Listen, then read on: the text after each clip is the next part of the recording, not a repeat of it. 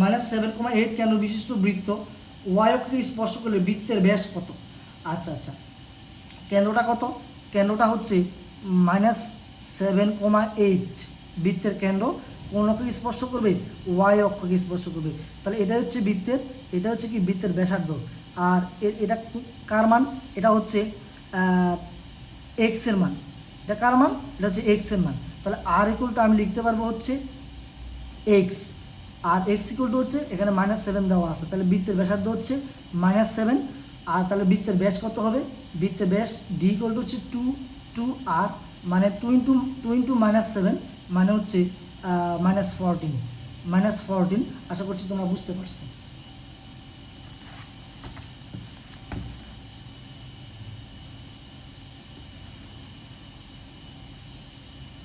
Type number 4,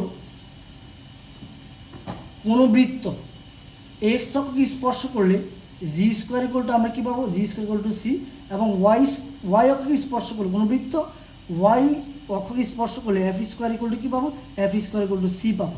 okay, question, X square plus Y square -4x plus 6y plus equal to 0 বৃত্তটি x অক্ষকে স্পর্শ করলে সির মান কত? সির মান কত?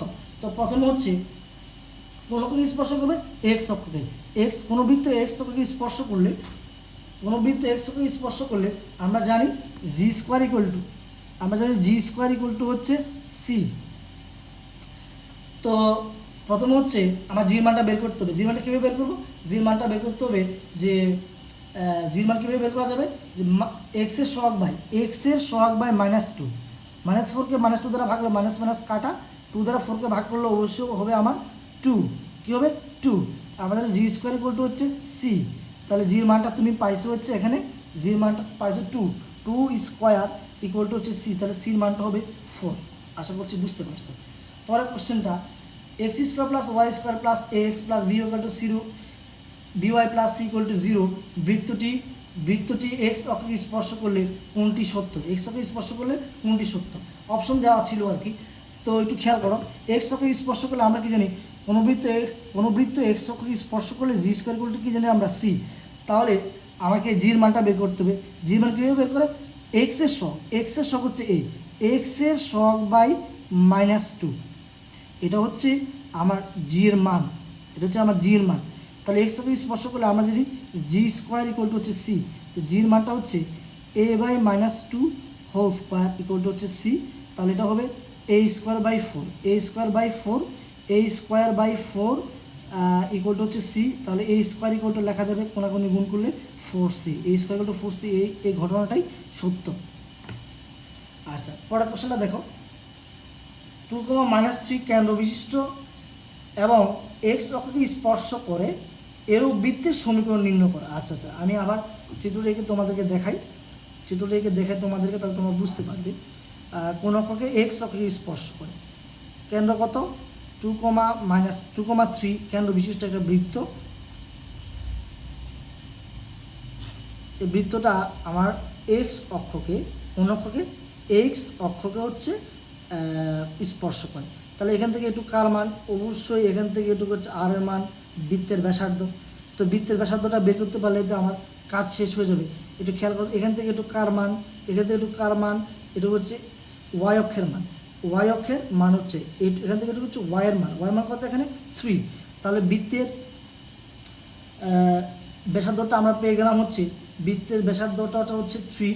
তো বৃত্তের ফর্মুলা আমরা জানি এক্স মাইনাস, এটা হচ্ছে এইচ, এটা হচ্ছে K, X minus H whole square plus Y minus K whole square equal to হচ্ছে আর স্কোয়ার। আর এর মান হচ্ছে 3 স্কোয়ার মানে হচ্ছে 9। তো তোমরা এটা সলিউশন করলে পাবে x square plus Y square -4x -6y plus 4 equal to 0। এটা হচ্ছে বৃত্তের সমীকরণ। ওকে, বৃত্তের ইকুয়েশনটা আশা করছি তোমরা বুঝতে পারছো।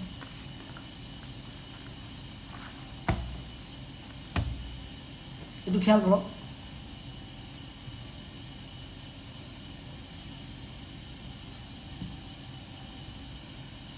4, -8 কেন্দ্র বিশিষ্ট এবং এক্স এবং ওয়াই অক্ষকে স্পর্শ করে এরূপ বৃত্তের সমীকরণ নির্ণয় করো। তাহলে বৃত্তের কেন্দ্রটা হচ্ছে 4, -8 এবং কোন অক্ষকে স্পর্শ করে ওয়াই অক্ষকে স্পর্শ করে এরূপ বৃত্তের সমীকরণ। কেন্দ্র হচ্ছে 4,-8।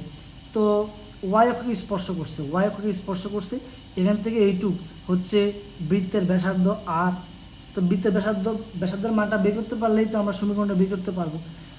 তো এখান থেকে এটুক কার মান, এটুকু হচ্ছে এক্সের মান, এখান থেকে এটুক কার মান, এক্সের মান। তাহলে বৃত্তের ব্যাসার্ধ আর ইকুয়াল টু হবে 4। তাহলে ব্যাসার্ধটা বের করা হয়ে গেল। বৃত্তের ইকুয়েশনটা ইউজ করি, x minus 4 whole square plus Y minus plus 8 whole square equal to হচ্ছে 4 আর স্কোয়ার মানে হচ্ছে 4 স্কোয়ার মানে 16। তো দেখো X square A minus B whole square formula করবো, এ দুটো গুণ করলে হবে 8x, তার সাথে ফর্মুলা 2, তাহলে গুণ করলে হবে আমার এ দুটো গুণ করলে হবে 4x, তার সাথে ফর্মুলাটা হচ্ছে 2, তাহলে 8x হবে। প্লাস 4 স্কোয়ার করলে 16 প্লাস ওয়াই স্কোয়ার প্লাস এ দুটো গুণ করলে হয় আমার হচ্ছে 8y, তার সাথে ফর্মুলা 2 গুণ করলে হবে 16y প্লাস 8 স্কোয়ার করলে হবে 64 ইকুয়াল টু হচ্ছে 16। একটু খেয়াল করো, এখানে সমান চিহ্নের এই পাশে আমার 16 আছে, এই পাশে 16 আছে, সমান চিহ্নের ওই পাশে তাহলে বাদ গেল। তাহলে আমার হলো x square plus Y square minus 8x plus 16y plus 64 equal to 0। এটা হচ্ছে আমার বৃত্তের সেই কোশ্চেনটা। আচ্ছা, একটু খেয়াল করো, খুবই ইম্পর্টেন্ট একটা কোশ্চেন। 3,4 এবং 7,3 বিন্দুদের সংযোগ রেখাকে ব্যাস ধরে অঙ্কিত বৃত্তের সমীকরণ দেখো। তো দুইটা বিন্দু দিয়ে দেখো এটা বৃত্ত আঁকলাম।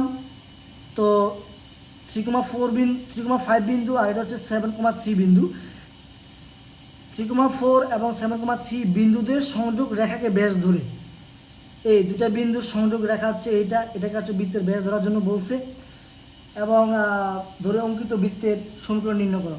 তাহলে ব্যাসের অর্ধেক হচ্ছে ব্যাসার্ধ। তাহলে আমরা যদি ব্যাসার্ধটা নির্ণয় করতে পারি তাহলে তো কাজ শেষ হয়ে গেল। আচ্ছা, তাহলে মধ্যবিন্দুর স্থান কীভাবে বের করে? তোমাকে জানো মধ্যবিন্দুর স্থান কীভাবে বের করে? x1 plus x2 divide by হচ্ছে 2, y1 plus y2 divide by হচ্ছে 2। তাহলে 10কে 2 দ্বারা ভাগ করলে হবে 5 আর 8কে 2 দ্বারা ভাগ করলে হবে 4। তাহলে বৃত্তের কেন্দ্র হচ্ছে 5,4। তাহলে তো হয়ে গেল। তাহলে এই 5,4 এবং 7,3 বিন্দুর আমরা যদি মধ্যবর্তী দূরত্ব বের করি সেটা হবে বৃত্তের ব্যাসার্ধ, তাই না? তাহলে আর ইকুয়াল টু হচ্ছে 7 মাইনাস 5 হোল স্কোয়ার লিখার যে কথা, 5 মাইনাস 7 হোল স্কোয়ার লিখা এর কথা, হ্যাঁ, প্লাস হচ্ছে 4 minus 3 whole square equal to হচ্ছে এখান থেকে সলিউশন করলে আমরা পাবো √5। তাহলে বৃত্তের ব্যাসার্ধ আর ইকুয়াল টু হচ্ছে √5। আর আমরা বৃত্তের ইকুয়েশন জানি যে x minus s whole square plus এখানে এস এর মান হচ্ছে আমার 5 plus Y minus k, k এর মান হচ্ছে 4, y minus 4 whole square equal to হচ্ছে আর স্কোয়ার, আর এর মানটা হচ্ছে 5, √স্কোয়ার কাটা 5 হবে। তো এটাকে সলিউশন করলে তোমরা পাবা x² plus Y square minus 10x minus 8y plus 36 equal to 0। আশা করছি তোমরা বুঝতে পারছো।